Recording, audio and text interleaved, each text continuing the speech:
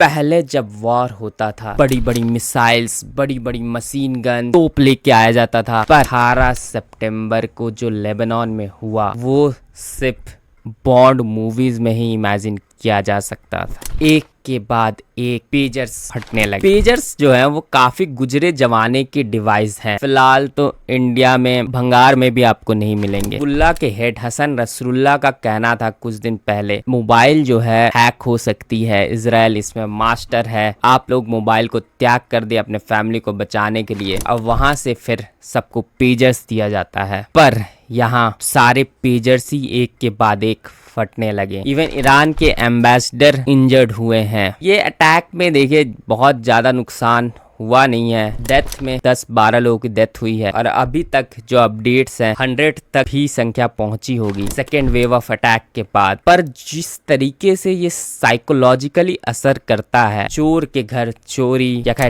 Terrorist के अंदर terror, दहशत गर्द के अंदर दहशत, ऐसा लगता है जो टैक्टिक यूज किया जाता था टेरर के लिए वही उल्टा टैक्टिक्स यूज कर दिया गया। इसके बाद अब दूसरे वेव के भी अटैक्स हो चुके हैं। ऑलरेडी वॉकी टॉकी फटना स्टार्ट हो गया है, सोलर पैनल्स फटना स्टार्ट हो गए हैं। हालात ये थे कि फ्यूनरल चल रहा था, जो हिजबुल्लाह के एमएलए के लड़के की डेथ हुई थी पेजर अटैक से, वहां पे जाके वॉकी टॉकी फट जाता है। ये सारे ही अलग अलग तरह के डिवाइस हैं। वॉकी टॉकी बहुत अलग होता है पेजर से। एक्सप्लोजिव्स जो हैं वो बैटरी के पास लगाए गए थे, बहुत ही कम मात्रा में। इस बैटरी को गरम करके फिर एक्सप्लोड हुआ है। गाड़ियों में फटे हैं, स्कूटर्स में फटे हैं। ये जो हालात आ गए हैं ना, लोगों को इवन कोई काम कर रहा होगा कंप्यूटर पे अगर लेबनान में, वो भी 4-5 मीटर दूर ही जाके बैठेगा कंप्यूटर से, पता नहीं क्या हो जाए। और अभी इस जमाने में आप डिजिटल डिवाइस से दूर नहीं रह सकता। आप एसी लगाएंगे ही घर में, पंखा लगाएंगे ही, लैपटॉप्स मोबाइल्स कम्युनिकेशन के लिए यूज करेंगे ही, कुछ भी फट सकता है। फिलहाल लेबनान में ये फुल फ्लेज्ड वॉर की तरफ बढ़ता हुआ, ऑलरेडी